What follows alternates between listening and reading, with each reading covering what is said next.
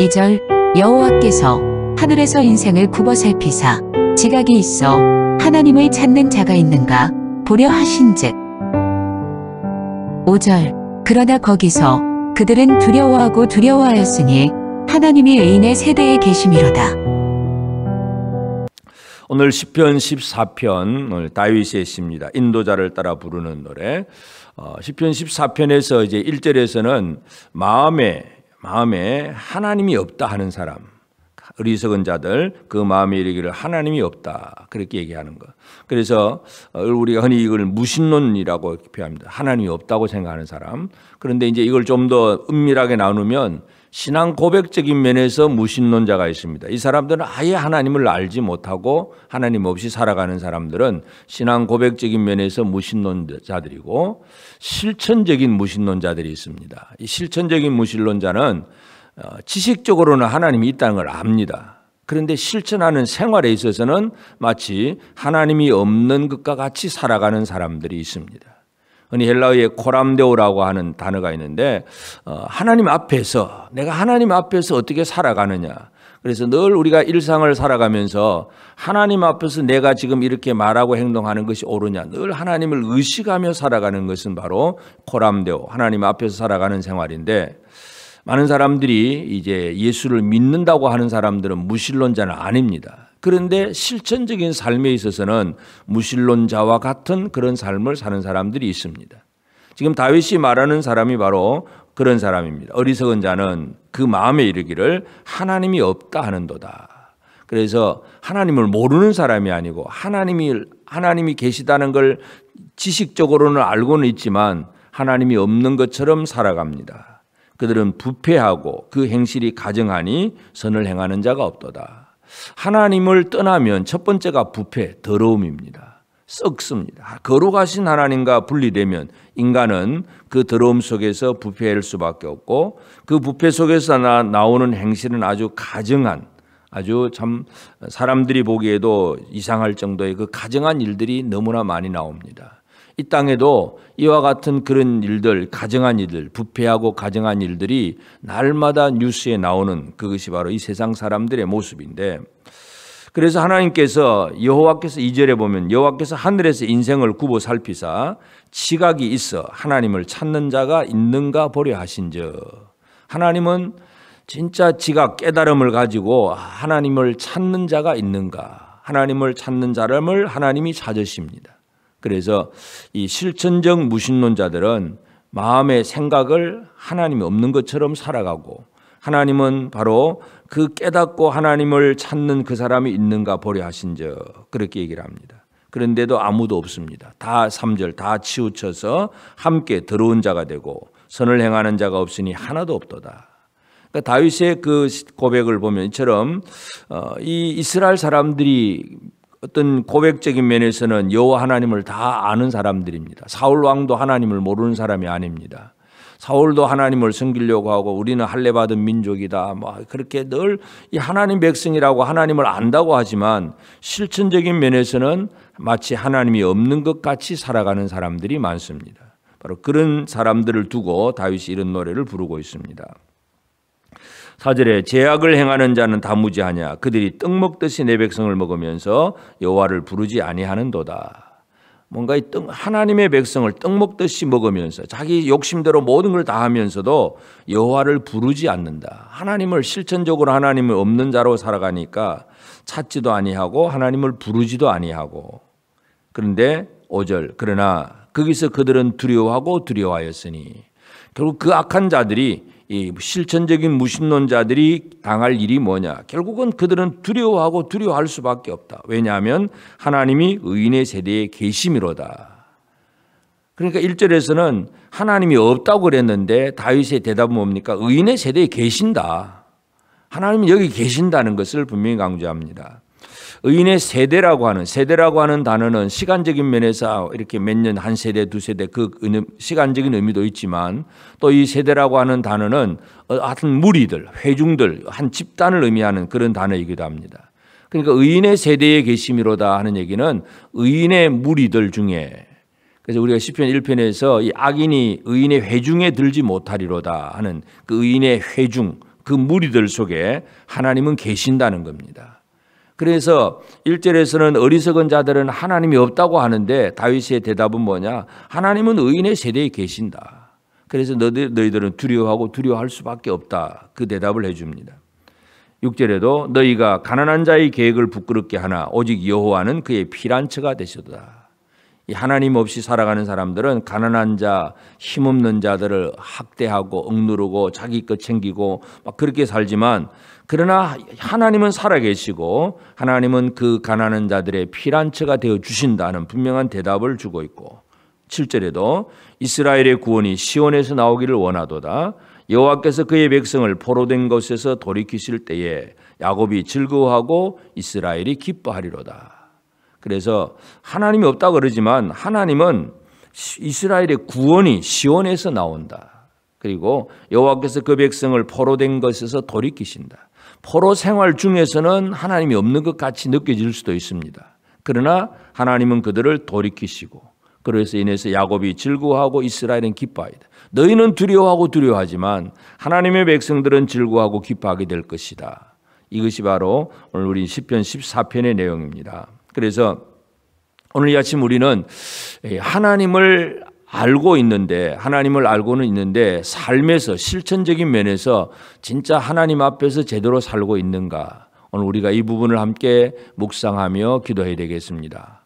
아예 하나님이 없다고 하나님을 안 믿는 무신론자들은 아예 우리가 취급할 것도 없고 하나님의 백성이라고 하면서 또는 여호와 하나님을 지식적으로는 알기는 알지만 삶을 살아가는 실천적인 면에서의 무신론자들이 있습니다. 그래서 이 특별히 사울과 같이 하나님을 모르는 사람이 아니야. 여호와 하나님의 성령도 충만한 체험도 받았고 뭔가 하나님의 어떤 하나님을 섬기고자 하는 말씀도 받았고 뭔가 있습니다. 그런데 그는 살아가는 삶을 보면 마치 무신론자처럼 살아가고 있습니다. 오늘 이 시대에도 우리가 믿음으로 그저 물어보면 전부 뭐 기독교 신앙을 가졌다고는 하지만 생활은 엉망인 사람들. 예수 믿는 저 사람이 예수 믿는 사람이냐? 흔히 주변에서 그렇게 말할 정도로 분명히 교회는 가는데 예배당 주일날 예배드리러 가긴 가는데 살아가는 삶을 보니까 엉망이라는 얘기죠. 부패하고 가정하고 더러움이 가득하다. 그래서 오늘 우리는 나의 삶은 분명히 살아계신 하나님을 분명히 알고 그 하나님 앞에서 제대로 살고 있는가. 늘 하나님을 의식하면서 살아가는 것. 이것이 우리에게 첫 번째 가져야 될 그러한 중요한 제목입니다. 그래서 하나님은 의인의 세대에 계십니다. 의인의 그 무리들, 의인의 회중들 속에 계신다는 사실. 그러므로 그 하나님을 신뢰함으로써 우리는 살아가야 됩니다. 그래서 내 삶이 여기 보면 이 약한 자들은 아주 부패하고 가정하지만 우리의 삶은 부패가 아니라 거룩함, 정결함이 되어야 되고 그리고 하나님 앞에 이 성결한, 선한 그러한 삶을 살아가는 것 이것이 우리의 삶이 되어져야 됩니다. 그래서 다윗처럼 우리도 또 한 가지 우리 주변에는 이런 사람이 있다고 할지라도 그들 때문에 우리가 막 스트레스를 받을 수도 있고 그렇게 막 혹시 또 그렇지 않을까 하고 그냥 넘어갈 수도 있지만 다윗은 분명하게 고백하고 분명하게 깨닫고 노래합니다. 그런 사람들이 있을지라도 살아계신 하나님은 지금도 하늘에서 이 땅에서 하나님을 찾는 자가 있는 것을 하나님은 찾고 계신다는 것. 그러니까 결국은 우리가 어떻게 살아가야 되느냐. 하나님이 찾으시는 그 사람, 하나님을 찾는 그 사람을 하나님은 찾으신다는 것. 우리는 하나님을 열심히 찾을 수밖에 없고 찾아야 된다는 사실을 우리가 기억해야 합니다. 그래서 나는 얼마나 이 땅에서 살아가면서 하나님을 찾으며 살고 있는가. 그래서 하나님을 찾고 하나님 앞에서 거룩함으로 살고 이것이 바로 이 다윗의 삶이기도 하고 오늘 우리의 삶이 되어져야 됩니다. 그래서 우리는 또 한 가지는 하나님께서 그 하시는 일들을 발견할 수 있어야 됩니다. 다윗 시대는 분명히 어떤 포로의 생활은 아니지만 그러나 다윗은 예언적인 의미에서 여호와께서 그의 백성을 포로된 것에서 돌이키실 때에 이런 표현을 씁니다. 오늘 우리는 하나님이 하시는 일이 뭐냐? 하나님은 구원의 일이고 그 포로된 자기 백성들을 돌이켜 주시는 하나님의 일임을 다윗은 이렇게 예언적으로 노래하고 있습니다. 하나님의 일에 대해서 우리가 깨닫는 삶이 되어져야 됩니다. 그래서 오늘 우리는 시편 14편은 이 어리석은 자들, 하나님이 없다고 생각하는 자들, 제멋대로 살아가고 부패하고 가정한 사람들, 이런 사람들이 있다는 것. 이것은 지금도 우리 주변에는 얼마든지 있는 일들입니다. 이 상황 속에서 나는 과연 하나님을 찾는 생활을 살고 있는가? 하나님이 하시는 일을 제대로 알고 있는가? 하나님은 의인의 세대에 계시는데 내가 과연 의인의 무리 중에 지금 들고 있는가? 이러한 부분들을 오늘 이 아침에 우리가 다시 한번 묵상하고 기도하면서 우리는 하나님과 함께하는 그 복된 삶을 살게 되기를 바랍니다. 하나님과 동행하는 생활, 창세기에 나오는 에녹이 하나님과 동행하듯이 오늘 우리가 하나님과 동행하는 이 삶을 살게 될 때에 이것은 바로 신앙 고백적인 면에서도 하나님을 제대로 고백할 뿐만 아니라 생활 실천 면에서도 하나님 앞에서 제대로 살아가는 그런 사람이 되는 것입니다. 그래서 오늘 우리는 믿음에 있어서 우리가 말로만 믿는 것이 아니라 생활 실천 면에서도 믿음의 생활을 제대로 살아가는 우리가 되어서 의인의 세대에 계신 그 하나님과 함께 동행하면서 결국은 이 어리석은 자들은 두려워할 수밖에 없지만 하나님과 함께하는 자들은 야곱이 즐거워하고 이스라엘이 기뻐하리로다. 오늘 우리의 삶에 하나님과 함께 하시는 이 은혜를 통해서 기쁘고 즐거움이 넘치는 복된 삶을 살아가는 그런 우리 모든 성도들이 꼭 되어지기를 주의 이름으로 축복합니다. 기도하십시다. 이제 오늘 받은 말씀으로 함께 기도하겠습니다. 첫째, 실천적무실론자처럼 삶에서 하나님이 없는 것처럼 살지 않게 하시고 일상에서 하나님을 찾는 자가 되게 하옵소서.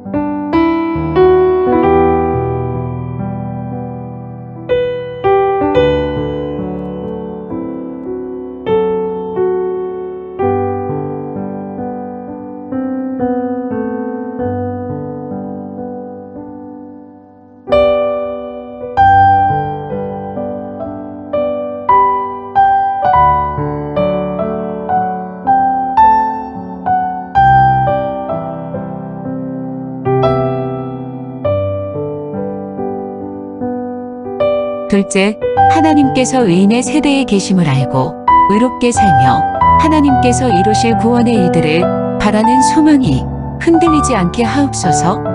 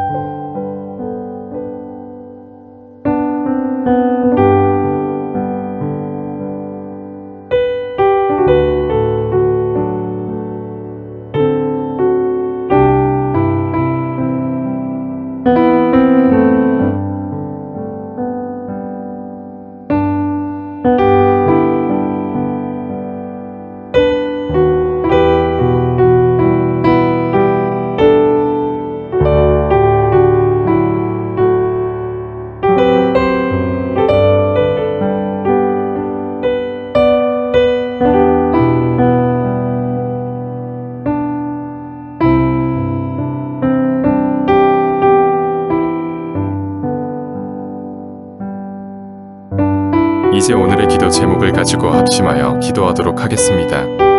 첫 번째, 하나님 없이 살아가는 자들이야말로 어리석은 자들일진데 오늘 주어진 이 하루의 시간들 속에서 하나님이 늘 계심을 기억하며 두려워 떨며 살게 하소서.